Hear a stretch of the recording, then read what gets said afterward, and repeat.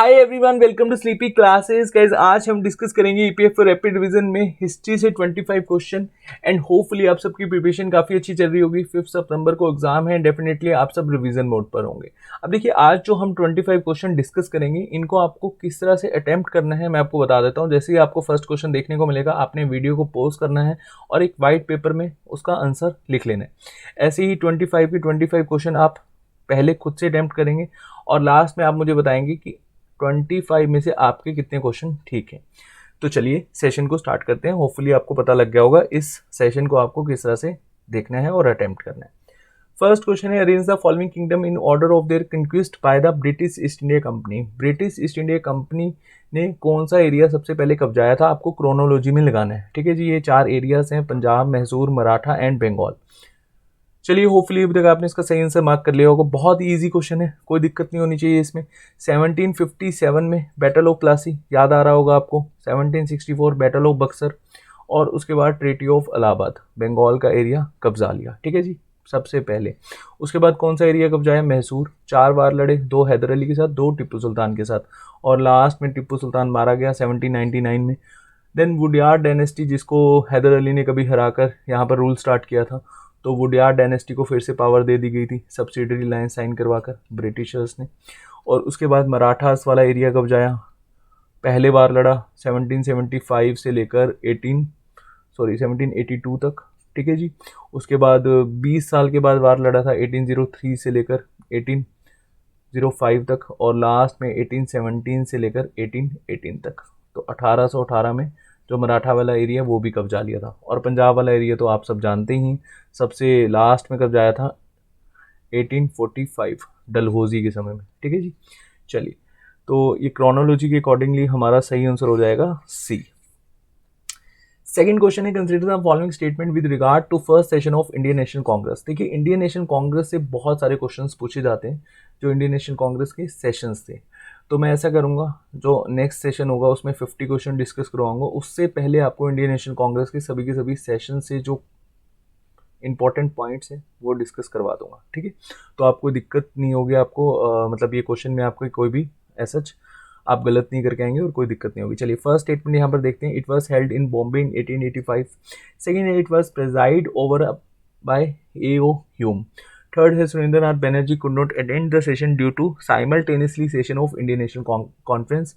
And fourth, Muslim League participate in the first session of Indian National Congress. अब देखिए, question को जैसे ही आप पढ़ते हैं तो आपको एलिमिनेट करना भी आना चाहिए। अब फोर्थ स्टेटमेंट तो बिल्कुल ही गलत है, क्योंकि मुस्लिम लीग कब बनी थी, 1906 में, तो ये तो एलिमिनेट हो जाएगी। ठीक है जी, बाकी यहाँ पर 3 स्टेटमेंट को देखिए और इसका सही आंसर मार्क कीजिए। चलिए, होपफुली अभी तक आपने इसका सही आंसर मार्क किया होगा। इसमें सेकंड स्टेटमेंट गलत है, क्योंकि जो फर्स्ट मीटिंग हुई थी उसको प्रेजाइड किया था बंकिम चंद्र चटर्जी ने विद 72 डेलीगेट्स और A.O. ह्यूम के द्वारा इंडियन नेशनल कांग्रेस बनाई गई थी। अच्छा, सुरेंद्रनाथ बनर्जी एंड एक नाम आपने और याद रखना है यहाँ पर सुरेंद्रनाथ बनर्जी के साथ, आनंद मोहन बोस, क्योंकि ये दोनों मेन आर्किटेक्ट थे इंडियन नेशनल कॉन्फ्रेंस के। ठीक है, बट अटेंड नहीं कर पाए थे सुरेंद्रनाथ बनर्जी, क्योंकि यहाँ पर साइमल्टेनियसली सेशन थे इंडियन नेशनल कॉन्फ्रेंस के। तो ये स्टेटमेंट बिल्कुल सही है, फर्स्ट भी आपकी बिल्कुल सही है। नेक्स्ट क्वेश्चन है, consider the following statement in regard with Congress session. Again Congress session से ही क्वेश्चन है। फर्स्ट स्टेटमेंट है कराची सेशन। कराची सेशन जो 1931 में हुआ था, क्या इसमें गांधी इरविन पैक्ट के ऊपर कोई बात करी गई थी? सेकेंड, बेलगाम सेशन 1924, क्या इसमें एग्रीमेंट हुआ था no changer and pro changer के बीच में? थर्ड, लाहौर सेशन, जवाहरलाल नेहरू जी ने इसको प्रेजाइड किया था। ठीक है जी। And fourth, Tripura session 1939, Subhash Chandra Bose ji क्या इसमें दोबारा से री इलेक्ट हुए थे? बहुत ही सिंपल और बहुत ही ईजी क्वेश्चन। चलिए, डेफिनेटली आपने इसका सही आंसर मार्क कर लिया होगा। इसका सही आंसर क्या है? सभी की सभी स्टेटमेंट आपकी सही है। अब यहाँ पर समझिए, देखिए, बेलगांव सेशन एक ही ऐसा सेशन है जिसमें महात्मा गांधी जी प्रेसिडेंट थे इंडियन नेशनल कांग्रेस के। ठीक है, और यहाँ पर क्या क्या डिसीजन हुए थे मैं आपको बता देता हूँ। देखो, नो चेंजर और pro changer, non cooperation movement के बाद इंडियन नेशनल कांग्रेस स्प्लिट हो गई थी एक विचारधारा क्या कहती थी, जो गांधी जी कर रहे हैं वो बिल्कुल सही है, जैसे ही गांधी जी कहेंगे हम उनके साथ हो लेंगे। प्रो चेंजर क्या कह रहे थे, नहीं हमें लेजिस्लेटिव काउंसिल का पार्ट बनना चाहिए और ब्रिटिशर से फोर्सफुली तरीके से अपनी शर्तें मनवानी चाहिए। ठीक है, फिर इनको समझ में आया कि अगर हमारा यहाँ पर स्प्लिट हुआ तो ब्रिटिशर्स की आइडियोलॉजी जो है वो बिल्कुल यहाँ पर सही रहेगी, बांटो और राज करो। तो बेटर है कि कुछ शर्तें हम नो चेंजर की माने और कुछ शर्तें हम प्रो चेंजर की माने और दोनों को इकट्ठे चलने दें। गांधी जी वैसे चाहते नहीं थे कि लेजिस्लेटिव काउंसिल का पार्ट बने, बट फिर भी यहाँ पर गांधी जी एक पॉइंट पर आकर एग्री हो गए थे, क्योंकि गांधी जी को लग रहा था कि अगर यहाँ पर स्प्लिट हुआ तो फिर हम एक तरह से स्ट्रॉन्ग तरीके से ब्रिटिशर्स को नहीं भगा पाएंगे, मतलब ब्रिटिशर्स से अपनी शर्तें नहीं मनवा पाएंगे, सॉरी। अच्छा, उसके बाद लाहौर सेशन 1929 बहुत इंपॉर्टेंट है, क्योंकि नेहरू रिपोर्ट को ब्रिटिशर्स ने सीरियसली लिया नहीं और हम लोग उस समय डिमांड कर रहे थे डोमिनियन स्टेटस की, और ब्रिटिशर्स यहाँ पर नेहरू रिपोर्ट के रिगार्डिंग कुछ भी ऐसा हमें पॉजिटिव रिव्यू नहीं दे रहे थे। और इसको लेकर इंडियन नेशनल कांग्रेस में बहुत गुस्सा था। जब लाहौर सेशन हुआ 1929, जवाहरलाल नेहरू जी ने यहाँ पर डोमिनियन स्टेटस को छोड़कर पूर्ण स्वराज की बात कही। ठीक है जी, और आपको याद ही होगा 26 जनवरी 1930 को हमारा भारत का पहली बार तिरंगा फहराया गया था। ठीक है जी, ट्रिपल सेशन ये बहुत इंपॉर्टेंट है। 1938 में भी सुभाष चंद्र बोस जी ही इंडियन नेशनल कांग्रेस के प्रेसिडेंट थे। अच्छा, ये बताना आपने कमेंट सेक्शन में कि 1938 का सेशन कहाँ पर हुआ था। और सुभाष चंद्र बोस जी री इलेक्ट हुए थे, लेकिन यहाँ पर जो इंडियन नेशनल कांग्रेस है, जो एक गांधी जी की विचारधारा पे चल रही थी और सुभाष चंद्र जी की जो विचारधारा थी, क्या हुआ कि इनके बीच में हम लोगों को स्प्लिट देखने को मिला इस विचारधारा के बीच में। अब देखिए, सुभाष चंद्र बोस जी क्या चाह रहे थे कि वर्ल्ड वॉर सेकंड स्टार्ट हो चुका है और यही सही मौका है ब्रिटिशर्स को यहाँ से भगाने का। गांधी जी कह रहे थे नहीं, हमें शांतिपूर्वक तरीके से ही ब्रिटिशर्स से बात करनी है, और इसी को लेकर इन दोनों की विचारधारा में हम लोगों को बहुत ज़्यादा डिफरेंस देखने को मिले, और डेट्स वाई सुभाष चंद्र बोस जी ने त्रिपुरा सेशन में री इलेक्ट होने के बाद रिज़ाइन दे दिया था। ठीक है जी, और यहाँ पर गांधी जी के एक बहुत ही फेवरेट कैंडिडेट थे पटाभी सीतारमैया, उनको हरा दिया था सुभाष चंद्र बोस जी ने। ठीक है, चलिए उसके बाद सभी हमने डिस्कस कर लिए ना। चलिए नेक्स्ट क्वेश्चन है, consider the following statement with regard to Bhagat Singh. बहुत इंपॉर्टेंट क्वेश्चन। फर्स्ट स्टेटमेंट है, Bhagat Singh throw a bomb in a central legislative assembly 1929 with the objective to kill as many as possible. Second statement, he launched political ideological campaign against Lala Lajpat Rai. Third, he established Punjab Naujawan Bharat Sabha. And fourth, he was a member of Hindustan Socialist Republic Association. And fifth, he believed communism was a big enemy as a colonism. अब ये पांचों statement बहुत important है, घूम फिर के आपके exam में इन्हीं पांचों स्टेटमेंट में से क्वेश्चन आएगा अगर भगत सिंह जी से क्वेश्चन पूछा गया। ठीक है जी, अब देखिए यहाँ पर फर्स्ट स्टेटमेंट बिल्कुल गलत है। भगत सिंह जी की कोई इंटेंशन नहीं थी जब इन्होंने सेंट्रल लेजिस्लेटिव असेंबली में बॉम्ब गिराया यहाँ पर, चाहे वो ब्रिटिशर हो चाहे वो इंडियन हो, कोई भी यहाँ पर किसी को भी ये हार्म नहीं पहुंचाना चाहते थे। ठीक है, जस्ट इनका एक ही मोटिव था कि लोगों के कानों तक आवाज़ जाए कि हमारे देश को आज़ादी मिलनी चाहिए और ब्रिटिशर्स भी समझ जाएं कि हम लोग शांतिपूर्वक तरीके से साथ साथ रेवोल्यूशनरी एक्टिविटीज़ भी करते रहेंगे। ठीक है जी, एंड पॉलिटिकल आइडियोलॉजिकल कैंपेन चलाया था इन्होंने लाला लाजपत राय जी के एंगेस्ट में, लेकिन कभी भी इन्होंने हार्श वर्ड, कभी भी मतलब ऐसे समझ लो स्ट्रॉन्ग वर्ड्स का यूज़ नहीं करा था किसी भी पब्लिक असेंबली में। लाला लाजपत राय जी के एंगेस्ट में काफ़ी रिस्पेक्ट करते थे, लेकिन जो एक आइडियोलॉजी थी लाला लाजपत राय जी की कम्युनिज्म को लेकर, इस विचारधारा के एंगेस्ट थे भगत सिंह जी, क्योंकि ये मानते थे कि हमारे देश में बहुत सारे रिलीजन हैं, हमें एक ही कास्ट को लेकर या फिर एक ही ऐसे समझ लो रिलीजन को लेकर नहीं बात करनी चाहिए। ठीक है जी, और इन्होंने 1926 में पंजाब नवजीवन भारत सभा लॉन्च की गई थी, और इसका मेन एम क्या था कि जो पंजाब वाला एरिया है वहाँ पर रेवोल्यूशनरी एक्टिविटीज़ होती रहीं, ब्रिटिशर्स को ये एहसास होता रहे कि हमारे इंडिया में शांतिपूर्वक तरीके से तो बात कर ही रहे हैं इंडियन नेशनल कांग्रेस वाले, और साथ साथ रेवोल्यूशनरी एक्टिविटीज़ भी हो रही हैं। ठीक है जी, and Hindustan socialist republic association के तो ये मेंबर थे ही, आपको पता ही है।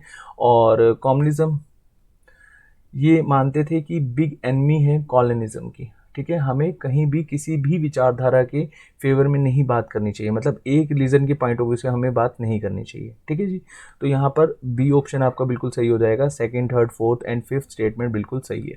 चलिए फिफ्थ क्वेश्चन डिस्कस करते हैं। In which of the following session Congress declare its policy towards the Indian state for the first time. देखिए आपने नोटिस किया होगा मैंने आज जितने भी क्वेश्चन डिस्कस किए हैं, मतलब अभी तक 5 क्वेश्चन डिस्कस करे हैं, 3 क्वेश्चन इंडियन नेशनल कांग्रेस की सेशन से ही है। ठीक है जी, मैं आपको अगेन बोल रहा हूँ बहुत इंपॉर्टेंट है इस सेशन को। जितने भी सेशन हुए इंडियन नेशनल कांग्रेस के वो मैं एक सेशन में डिस्कस करूंगा, उस सेशन को जरूर देखिएगा। चलिए, फर्स्ट ऑप्शन है आपका Nagpur session, B Gaya session, और यहाँ पर C sorry Lucknow session, and D है कैलकाटा सेशन।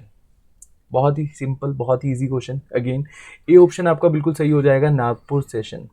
देखिए नागपुर सेशन के बाद मतलब 1920 में ये सेशन हुआ था, इसके बाद इंडियन नेशनल कांग्रेस की जो पॉलिसी थी वो इंडियन स्टेट्स मतलब इंडिया के प्रति थी, ऐसे समझ लो आप। क्योंकि ये मानते थे कि एजुकेशन पर्पस के लिए हमें कुछ रिफॉर्म्स लाने चाहिए, अब हमें इंडिया के जो लोकल मुद्दे हैं उनको भी कहीं ना कहीं कंसिडर करना होगा। और उस समय फार्मर्स भी एक बहुत बड़ा एक मेन इशू उठा था। मैंने आपको काफ़ी अच्छे से डिटेल में बताया, बहुत सारे अपराइजिंग मूवमेंट हुए, रिवोल्ट हुए। तो यहाँ पर इंडियन नेशनल कांग्रेस की जो पॉलिसी है वो हमें इंडिया के जितने भी स्टेट्स हैं या इंडियन स्टेट्स उनके प्रति देखने को मिली थी। चलिए, उसके बाद 6th क्वेश्चन है, in which of the following session Indian National Congress Jawaharlal Nehru spoke of socialism as a key of solution. कौन सा सेशन था जिसमें जवाहरलाल नेहरू जी ने बात करी गई थी सोशलिज्म की? A Lahore, B Lucknow, C Allahabad, and D Ramgarh. तो इसका सही आंसर हो जाएगा लखनऊ। नेक्स्ट क्वेश्चन है, why was Vasudev Balwant Phadke known in history. इनको हम क्यों जानते हैं, इन्होंने बेसिकली क्या किया था? फर्स्ट स्टेटमेंट है, he led a violent struggle against the British during the revolt of 1857। क्या 1857 की जो रिवोल्ट हुआ था उसमें ये ब्रिटिशर के अगेंस्ट एज अ लीडर थे किसी एरिया के? ठीक है, कौन से एरिया के भी हम डिस्कस करेंगे। वैसे ये स्टेटमेंट आपकी गलत है। बी यहाँ पर देखते हैं, he was a critic of Gandhian struggle. C he led armed uprising against the British in 1870s। And D he was a radical leader of Indian National Congress. 4 statement आपने देख ली और यहाँ पर आपको इसका आंसर डेफिनेटली पता लग गया होगा, हमने डिटेल में डिस्कस किया है अपराइजिंग मूवमेंट। चलिए, इसका सही आंसर है सी, और होपफुली आपने यही ऑप्शन को अटेम्प्ट किया होगा। अब देखिए, जो वासुदेव बलवंत फाड़के थे, ये महाराष्ट्र में जो फार्मर्स बहुत ज़्यादा दुखी थे ब्रिटिशर्स के जो पॉलिसीज थी उसके अगेंस्ट में ये रिवोल्ट था। क्योंकि फार्मर्स काफ़ी ज़्यादा दुखी थे, मैंने आपको अपराइजिंग मूवमेंट में बताया था। और यहाँ पर फेमाइन आ गया था महाराष्ट्र में 1876 में। 1876 से लेकर 1877 के बीच में बहुत बड़ा फेमाइन आया था। और इसको लेकर ना लोगों के बीच में गुस्सा था, क्योंकि ब्रिटिशर्स की जो पॉलिसी थी वो बहुत ख़राब थी। और अल्टीमेटली यहाँ पर एक बहुत बड़ा रिवोल्ट देखने को मिला। फाड़के साहब किन किन के साथ इन्होंने रिवोल्ट किया था, मैं आपको यहाँ पर नाम बता देता हूँ, इंपॉर्टेंट है। लक्ष्मण इंदापुरकर एंड वामन भावे, ये भी पर्सन इन्वॉल्व थे इस पूरे के पूरे रिवोल्ट में। ठीक है जी। और 1875 में इन्होंने एक रेवोल्यूशनरी ग्रुप बनाया जिसको रामोशी कहा जाता था, रामोशी। और रामोशी की हेल्प किस किसने करी थी? कुलीस ने, भील्स ने, डांगार्स ने, जो कम्युनिटी हुआ करती थी महाराष्ट्र वाले रीजन में। और ब्रिटिश ईस्ट इंडिया कंपनी के खिलाफ इन्होंने एक बहुत बड़ा रिवोल्ट छेड़ दिया था। ठीक है जी। तो इसका सही आंसर क्या हो जाएगा? सी। नेक्स्ट क्वेश्चन है, वो was the founder of Bharat स्त्री महामंडल। बहुत इंपॉर्टेंट क्वेश्चन। ए ऑप्शन है एनी बेसेंट, बी है विजय लक्ष्मी पंडित, एंड सी है सरला देवी, एंड डी है सरोजनी नायडू। चलिए, होपफुली अभी तक आपने इसका सही आंसर मार्क करा होगा। इसका सही आंसर है सी, सरला देवी चौधरायन। ठीक है जी। और ये भारत स्त्री महामंडल इलाहाबाद इन 1910 में इन्होंने फर्स्ट मीटिंग करी थी। और इनका मेन ऑब्जेक्टिव क्या था कि जो वुमेन्स हैं उनको एजुकेशन मिलनी चाहिए। इवन ये पर्दा सिस्टम के एंगेज थे, और जो उस समय वुमेन्स को एजुकेशन नहीं मिल रही थी उसके एंगेज में चलकर ये चाहते थे कि वुमेन्स को एजुकेशन मिलनी चाहिए। एक तरह से ये क्या थे? Social reformers. ठीक है। चलिए, उसके बाद नेक्स्ट क्वेश्चन है, consider the following statement about Syed Ahmad Khan, the founder of Mohammedan Anglo Oriental College Aligarh. अब फर्स्ट स्टेटमेंट है यहाँ पर, he was a staunch supporter of Indian National Congress. Second, Mohammedan Anglo Oriental College was set up with objective of promoting learning of Islamic education among the Muslims. चलिए, दोनों statement को आपने अच्छे से देख लिया और इस क्वेश्चन का आपने सही आंसर मार्क कर लिया होगा अभी तक। इसका सही आंसर क्या है? डी, दोनों ही स्टेटमेंट गलत है। ठीक है जी। अब देखिए, सैयद अहमद खान एक सोशल रिफॉर्मर्स थे जिन्होंने काफ़ी अच्छे से इंडिया में जो मुस्लिम्स हैं उनके लिए रिफॉर्म्स किए। ठीक है जी, आपको मैं थोड़ा सा बता देता हूँ उनके बारे में।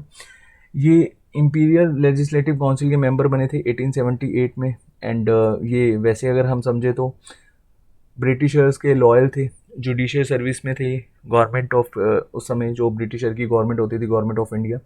एंड इनको एक टाइटल भी मिला था नाइटहुड 1888 में। ये क्वेश्चन भी पूछा जाता है कि नाइटहुड का टाइटल इनको कब मिला था? 1888 में।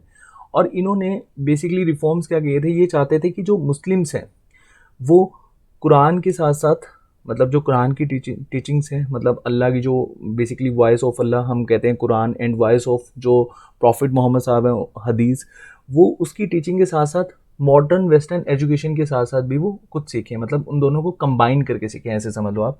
And he advocated critical approach and freedom of thoughts and no dependence on tradition and custom. ठीक है जी।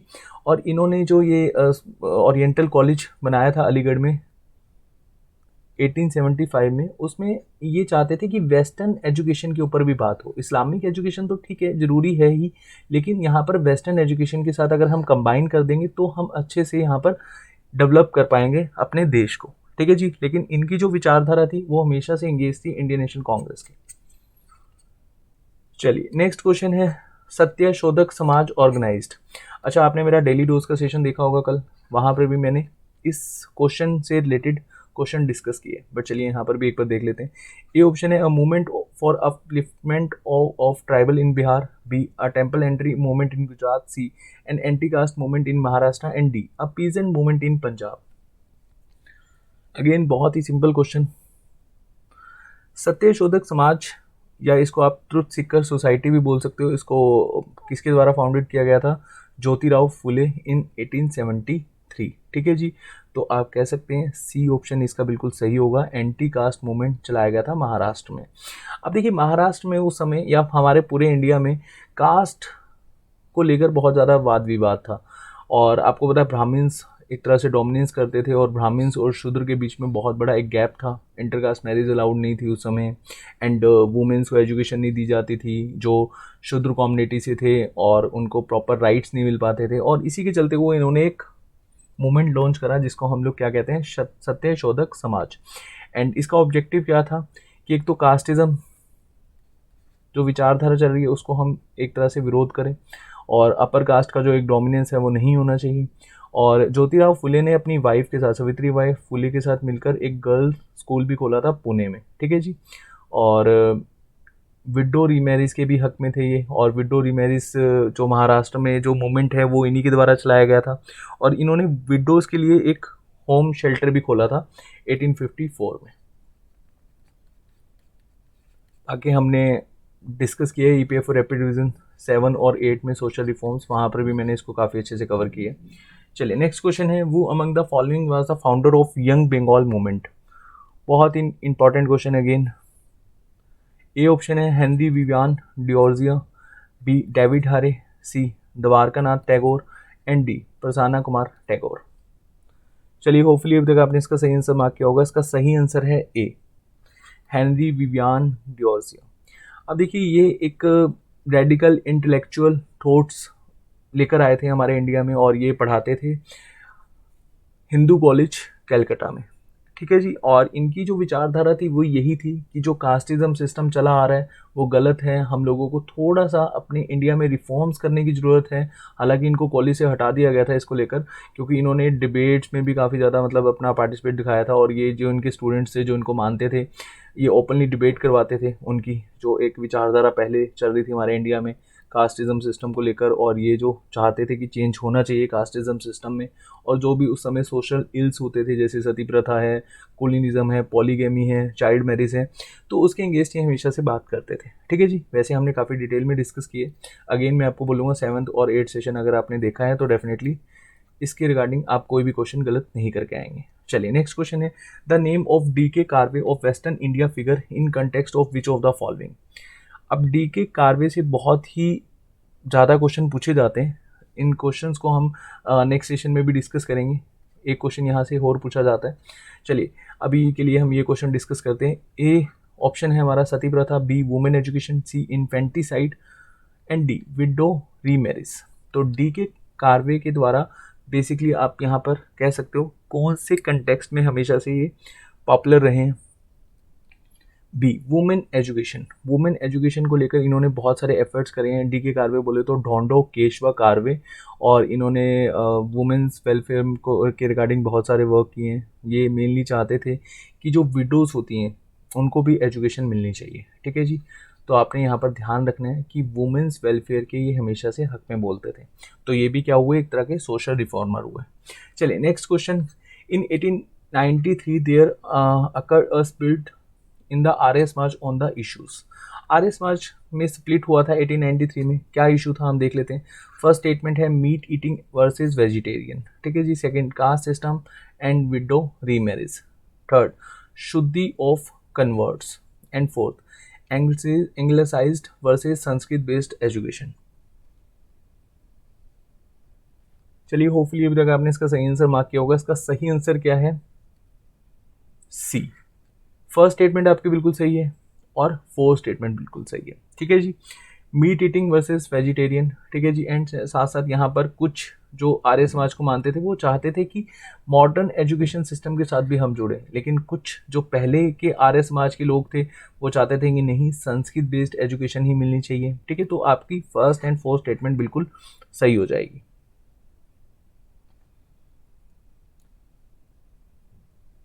अच्छा, आर्य समाज को लेकर कौन आया था मैं आपको थोड़ा सा बता देता हूँ। 1875 में Swami Dayanand Saraswati, and he wanted to revive Hinduism from within. मतलब जैसे आप ऐसे समझ लो, इन्होंने एक स्लोगन भी दिया था, गो बैक टू वेदास। ठीक है जी, एंड ये चाहते थे कि जो हमारे देश में हिंदुइज्म है एक्चुअली में उसी को ही हम प्रमोट करें, और जो लोगों ने फोर्सफुली तरीके से जिनका कन्वर्जन हुआ है किसी भी रिलीजन में वो वापस आ जाए। इन्होंने शुद्धि मूवमेंट भी चलाया था।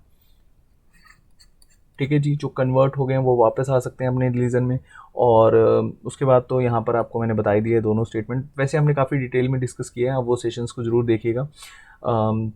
7th और 8th सोशल रिफॉर्म्स के ही मैंने सेशन डिस्कस किए थे। चलिए नेक्स्ट क्वेश्चन है, consider the following statement and select the correct answer from the code given below the statement. Assertion क्या है इसमें, generally India had favour balanced of trade during the British rule. ये बहुत important question है, इसको अच्छे से देखकर अटेम्प्ट करना। रीजन है इसका, the drain of wealth took the form of unrequited export. अब आपको बताना है इसमें असर्शन सही है, रीजन सही है, दोनों सही है, दोनों गलत है। चलिए होपफुली अभी तक आपने इसका सही आंसर मार्क किया होगा।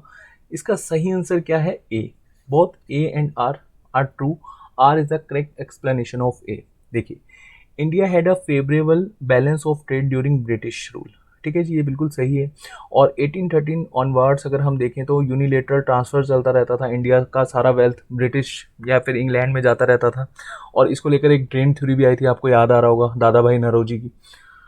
तो आप ऐसे समझ लो, the drain took the form of unrequited export over import.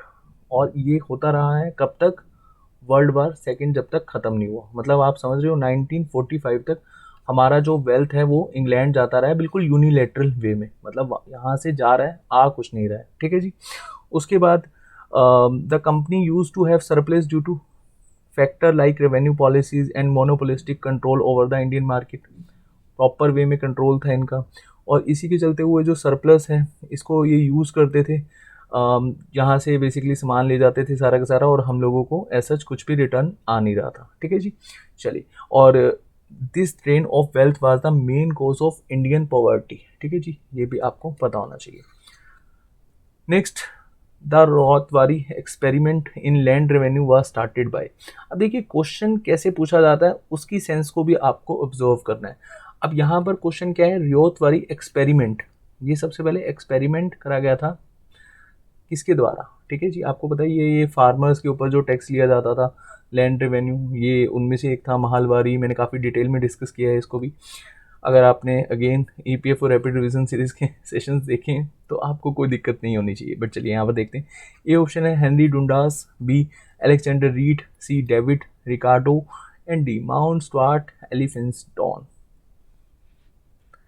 चलिए होपफुली आपने इसका सही आंसर मार्क किया होगा। इसका सही आंसर है बी अलेक्जेंडर रीड। देखिए अलेक्जेंडर रीड, इनको कैप्टन अलेक्जेंडर भी कहा जाता है। इन्होंने बेसिकली एक मद्रास का रीजन है बारह महल, ठीक है जी, जो तमिलनाडु बारह महल आज की डेट में तमिलनाडु में पड़ता है, बारह महल। यहाँ पर 1792 में फर्स्टली इसको एज अ एक्सपेरिमेंट बेसिस पर लगाया था रोहतवारी सिस्टम। तो वहाँ पर काफ़ी ज़्यादा अच्छा रिस्पॉन्स मिला इनको। और उसके बाद ब्रिटिशर्स ने हमारे इंडिया में 51% एरिया में महालवारी सिस्टम ही चलाया, ठीक है जी। जैसे मद्रास हो गया, बॉम्बे हो गया, ईस्टर्न बंगाल हो गया, असम हो गया, कोर्ग वाला रीजन हो गया। और बॉम्बे प्रेसिडेंसी में इसको अप्लाइड करा गया था इन पर्सन के द्वारा, माउंट स्टुअर्ट एलिफिंस्टन। अगर ये क्वेश्चन पूछा जाए कि बॉम्बे में किसने रोहतवारी सिस्टम चलाया था, तो आपने इनका नाम याद रखना है। उसके बाद रोहतवारी होता क्या है, मतलब यहाँ पर ब्रिटिशर्स डायरेक्टली जो फार्मर्स हैं उनको ही कंट्रोल दे देते थे कि आप हमें टैक्स यहाँ पर वसूल करके दीजिए। मतलब यहाँ पर बीच में कोई ऐसा मिडल मैन नहीं था, लैंडलॉर्ड्स लगा लो या आप जमींदार्स लगा लो, वो नहीं होते थे, ठीक है जी। डायरेक्टली कंट्रोल किनको दे दिया था, रियॉट्स को। और यहाँ से टैक्स वसूलते थे 45% से लेकर 55% तक, इतना ज़्यादा टैक्स वसूला जाता था, ठीक है जी। और इसको रिवाइज करा गया था, मतलब कुछ हालत यहाँ पर बिगड़ गई थी, बहुत सारे रिवोल्ट देखे गए थे। तो 1836 में ये जो रोहतवारी पॉलिसी है इसको थोड़ा सा रिवाइज करा गया, थोड़ा सा इम्प्रूव करा गया था विनगेट एंड गोल्डस्मिथ के द्वारा। कब किया गया था, 1836। ये क्वेश्चन बहुत इंपॉर्टेंट है, याद रखना। चलिए next question, which one of the following is not a change proud about the Indian independence act of 1947। अब 1947 के रिगार्डिंग हमें देखना है कि कौन सी स्टेटमेंट में कोई ऐसा हमें, मतलब following is not change proud about Indian independence act 1947। तो ए स्टेटमेंट है यहाँ पर, the Government of India Act 1935 was amended to provide an interim institution, ठीक है जी। उसके बाद है India cease to be a dependency, C the crown was the source of authority till the new constitution was framed, and D the governor general was constitutional head of Indian dominion. बहुत ही simple question again, और इसका सही answer क्या हो जाएगा, सी, ठीक है जी। चलिए नेक्स्ट क्वेश्चन डिस्कस करेंगे। Which of the following statement about Shiromani Gurdwara Prabandhak committee are correct. First statement है, it began as the political wing of Singh Sabha in the late 19th century. Second, it was formed in 1920 as a part of upcoming Akali movement. Third, it was founded to reclaim control of Sikh shrines from the government manipulated loyalist committee. ठीक है जी। Fourth, it formed the Akali Dal to coordinate group jathas to reclaim control of the shrines. बहुत ही simple question, again आपको यहाँ पर बताना है कौन सी स्टेटमेंट बिल्कुल सही है। देखिए यहाँ पर फर्स्ट स्टेटमेंट सही नहीं है, बाकी सेकंड, थर्ड एंड फोर्थ ये स्टेटमेंट आपकी बिल्कुल सही हो जाएंगी, ठीक है जी। मतलब बी ऑप्शन आपका यहाँ पर बिल्कुल सही है। अब देखिए जो शिरोमणि गुरुद्वारा प्रबंधन कमेटी थी, ये बनाई गई थी ब्रिटिशर्स के द्वारा ही, जब जो गुरुद्वाराज हैं वो पहले महंत के कब्जे में थे। आप ऐसे समझ लो, महंत पूरा का पूरा कंट्रोल रखते थे गुरुद्वारा में, और महंत के बाद ये जो कंट्रोल है चला गया था इस कमेटी के पास। महंत बहुत ज़्यादा करप्टेड थे, ठीक है जी। और इसी वजह से जो वहाँ पे पंजाब रीजन में जो सिख कम्युनिटी है उन्होंने ये मूवमेंट लॉन्च करा था। क्योंकि देखिए जो गुरु घर होता है, अगर वहाँ पर भी करप्शन हो रहा है तो फिर ये किसी भी रिलीजन के फेवर में नहीं बात जाएगी, मतलब वो इसका विरोध तो डेफिनेटली करेंगे। पहले तो ब्रिटिशर्स यहाँ पर महंत के ही फेवर में थे, क्योंकि महंत लॉयल थे ब्रिटिशर्स के। बट ब्रिटिशर्स को यहाँ पर लगा कि पंजाब में ये मूवमेंट काफ़ी ज़्यादा जोरों शोरों से देखने को मिल रहा है, और ऊपर से नॉन कोऑपरेशन मूवमेंट की तरह ही है, मतलब गांधी जी की विचारधारा पे ही चल रहा है, कोई ऐसा यहाँ पर वायलेंस नहीं है। तो ब्रिटिशर्स को लगा कि इस मूवमेंट में हमें जो महंत हैं, चाहे वो हमारे लॉयलिस्ट हैं, उनका साथ ना देकर वहाँ के लोगों का साथ देना चाहिए, क्योंकि ये रिलीजियस बेस्ड एक मूवमेंट था, ठीक है जी। गुरु घर में कभी भी अगर करप्शन होगा तो वो हमें मंजूर नहीं होगा, ठीक है जी। चलिए 18 क्वेश्चन है हमारा, which among the following was not a provision of the Gandhi Irwin Pact. देखिए गांधी इरविन पैक्ट बहुत इंपॉर्टेंट है। अब उसके रिगार्डिंग अगर यहाँ पर हम देखें, ए जो हमारा ऑप्शन है, immediate release of all political prisoner of civil disobedient movement. B. Clause 2 of the March 1931 Pact defined reservation and safeguard to cover financial credit of India. Third, the return of the confiscated land not yet sold to third parties. And D. Reservation of 18% seats for depressed class. Again बहुत important question, मैं फिर बोल रहा हूँ आपको, ये question पूछा जा सकता है। तो इसमें से आपको बताना है कौन सा प्रोविजन नहीं था गांधी अर्बन पैक्ट में। D, reservation of 18% seat for depressed class, ऐसा कुछ भी क्लोज नहीं रखा गया था, बाकी तीनों क्लोज बिल्कुल सही हैं।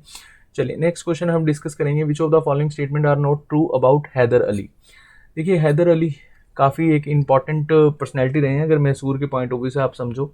ये पहले चलिए एक बार हम स्टेटमेंट देख लेते हैं, फिर मैं आपको समझाऊंगा।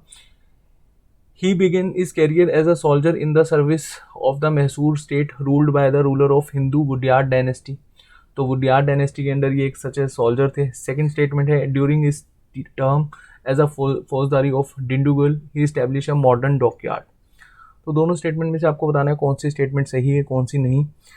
तो इसमें से आपका पहली स्टेटमेंट है वो बिल्कुल सही है, ठीक है जी, मतलब यहाँ पर ए ऑप्शन आपका बिल्कुल सही हो जाएगा।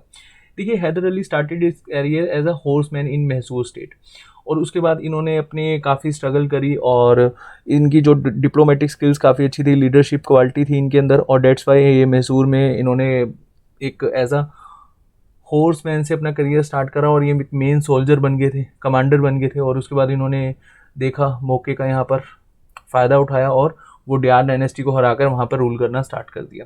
And he was also aware of the western supremacy over arms and ammunition, so with the help of French he set up a Renaissance Dindigul। ठीक है जी, मतलब ये डॉकयार्ड इन्होंने बनवाया था फ्रेंच के साथ मिलकर। ठीक है जी, चलिए नेक्स्ट क्वेश्चन है हमारा, which one of the following is not characteristics feature of Indian independence act 1947। ये ऑप्शन है, dominion of Indian got residuary territory of India excluding the province of Sindh, Baluchistan, west Punjab and east Bengal and north west frontier. B option है, the act out to lay down a constitution by a legislative will of the British parliament. C, the act propose to set up to independent dominion. D, the constitutional assembly of each dominion was to have unlimited power to frame and adopt any constitution। देखिए इसमें अगर हम देखें तो कौन सा ऐसा feature हमें नहीं देखने को मिलता है इंडियन इंडिपेंडेंस एक्ट 1947 में। B, the act out to lay down a constitution by legislative will of the British parliament. ठीक है जी, तो ये बिल्कुल गलत हो जाएगा, बाकी सब सही है। अच्छा, यहाँ पर काफ़ी चेंजेस करे गए थे, और आपको बताइए हमारा देश जब आज़ाद हुआ तो दो पार्ट इसके हो गए थे, पाकिस्तान एंड इंडिया। आप ऐसा करिएगा, मॉडर्न हिस्ट्री के जो लेक्चर्स हैं, ठीक है जी, जो मॉडर्न हिस्ट्री EPFO की प्लेलिस्ट है, उसमें जो 9th और 10th सेशन है इसको ज़रूर देखिएगा। इसमें मैंने काफ़ी डिटेल में समझाया है, और जितने भी कमीशन आए थे 1947 के बाद वो भी मैंने डिस्कस किए हैं। ठीक है जी, चलिए नेक्स्ट क्वेश्चन है, consider the following statement about the charter act of 1833 1830 1833 नहीं 1830। फर्स्ट स्टेटमेंट है यहाँ पर, he ended the trade monopoly of the East India company in India expect for trade in tea and trade with China. Second है, it asserted the sovereignty of the British crown over the Indian territories held by the company. Third है, revenue of India were now controlled by the British parliament. तो तीनों statement को आपने अच्छे से पढ़ लिया, डेफिनेटली आपने इस क्वेश्चन को अटेम्प्ट कर लिया होगा अभी तक, और इसका सही आंसर क्या है, ए। फर्स्ट और सेकंड स्टेटमेंट आपकी यहाँ पर सही है, चार्टर एक्ट ऑफ 1813 के अकॉर्डिंगली। देखिए यहाँ पर मोनोपोली ले ली गई थी, लेकिन टी और चाइना का जो ट्रेड था इसमें मोनोपोली अभी रहने दी थी। उसका रीज़न मैंने आपको बताया था, नेपोलियन ने बिल्कुल यूरोपियन जो कंट्रीज़ हैं उनको मना कर दिया था इंग्लैंड के साथ ट्रेड करने के लिए। डेट्स वाई यहाँ पर इंग्लैंड की जो गवर्नमेंट है, मर्चेंट्स ने काफ़ी फोर्सफुली तरीके से इनको मनाया कि आप हमें ट्रेड करने के लिए परमिशन दीजिए। तो यहाँ पर इंग्लैंड की गवर्नमेंट ने कहा कि ठीक है, आप यहाँ पर इंडिया में जाकर ट्रेड कर सकते हैं। ठीक है जी, लेकिन मोनोपोली बनी रहेगी ब्रिटिश ईस्ट इंडिया कंपनी की, किसमें, टी में और चाइना के साथ ट्रेड में। ठीक है जी, उसके बाद ये क्लोज भी बिल्कुल सही है, थर्ड गलत है। ठीक है जी, चलिए नेक्स्ट क्वेश्चन डिस्कस करते हैं। नेक्स्ट क्वेश्चन क्या है, which one among the following was not proposal of the cabinet mission 1946। A option है यहाँ पर constitution assembly was not constituted on the democratic principle of population strength, B provision for an Indian union of province and state, and C all the member of the constituent assembly were to be Indians, and D. British government was to supervise the affair of the Constituent Assembly. Cabinet mission 1947 बहुत ही important, इसमें आपको बताना है कौन सा proposal नहीं था। देखिए यहाँ पर डी ऑप्शन आपका बिल्कुल सही हो जाएगा, British government was to supervise the affair of constituent assembly. ठीक है, ऐसा कुछ नहीं था कि कॉन्स्टिट्यूंट असेंबली में इनको ऐसा कोई भी अफेयर हम लोग यहाँ पर दे, मतलब कोई भी ऐसा डिपार्टमेंट दे, ऐसे समझ लो आप। ठीक है, चलिए नेक्स्ट क्वेश्चन है, which one of the following statement concerning the freedom and partition of India is not correct. A option है in February 1947 British prime minister Attlee announced that the British we are not going to transfer power of India come what may. ठीक है जी, चलिए B Lord Wavell's advocate the total withdrawal of the British from India by 31 March 1948, C it was Lord Mountbatten who speeded up the process of transfer of power, and D. The plan Balkan was abandoned on account of Nehru's opposition to it.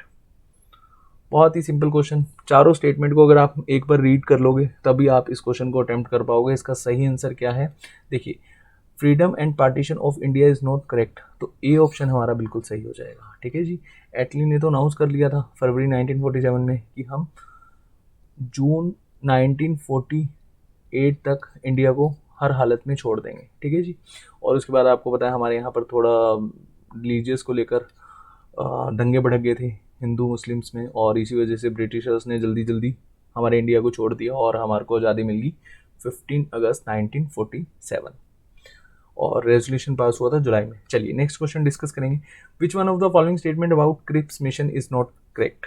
ये बहुत ही important है जितने भी mission है। ए option है इन मार्च 1942 Cripps persuaded war cabinet to agree to a draft declaration, B. Jawaharlal Nehru and Sardar Patel represented Congress to negotiate with the mission, C. The mission offered dominant status after the war. ठीक है जी, D. The mission offered formation of constitution making body after the war. इसमें सभी statement आपकी सही हैं, सिर्फ एक statement सही नहीं है। यहाँ पर नेगोशिएशन कर रहे थे जवाहरलाल नेहरू जी एंड मौलाना अब्दुल कलाम आज़ाद, सरदार पटेल नहीं कर रहे थे यहाँ पर नेगोशिएशन। यहाँ पर मैं लिख देता हूँ मौलाना अब्दुल कलाम आज़ाद। नेक्स्ट एंड आज का हमारा last question, the 1929 session of Indian National Congress is of significance in the history of freedom movement because of. A option है attainment of self government was declared as the objective of Congress, B attainment of Purna Swaraj was adopted as a goal of the Congress, and C. Non-cooperation movement was launched, and D. Decision to participate in the round table conference in London was taken. बहुत ही simple question, again definitely ये question आप attempt कर पाएंगे। देखिए Calcutta session जो 1906 में हुआ था, यहाँ पर दादा भाई नौरोजी ने एज अ प्रेसिडेंट, मतलब दादा भाई नौरोजी थे, तो उन्होंने कांग्रेस ने अडॉप्ट किया था रेजोल्यूशन सेल्फ गवर्नमेंट, मतलब सेल्फ गवर्नमेंट बोले तो हम अपने तरीके से गवर्नमेंट चलाएंगे, स्वराज। ठीक है, यहाँ पर स्वराज की बात पहले सबसे पहले कब करी गई थी, 1906 कैलकाटा सेशन में दादा भाई नौरोजी के द्वारा। ठीक है जी, उसके बाद पूर्ण स्वराज आपको पता ही है, लाहौर सेशन 1929 अभी हमने डिस्कस भी किया है। उसके बाद नॉन कोऑपरेशन मूवमेंट, ये नागपुर सेशन ऑफ दिसंबर में कांग्रेस ने अडॉप्ट करा था नॉन कोऑपरेशन मूवमेंट का रेजोल्यूशन।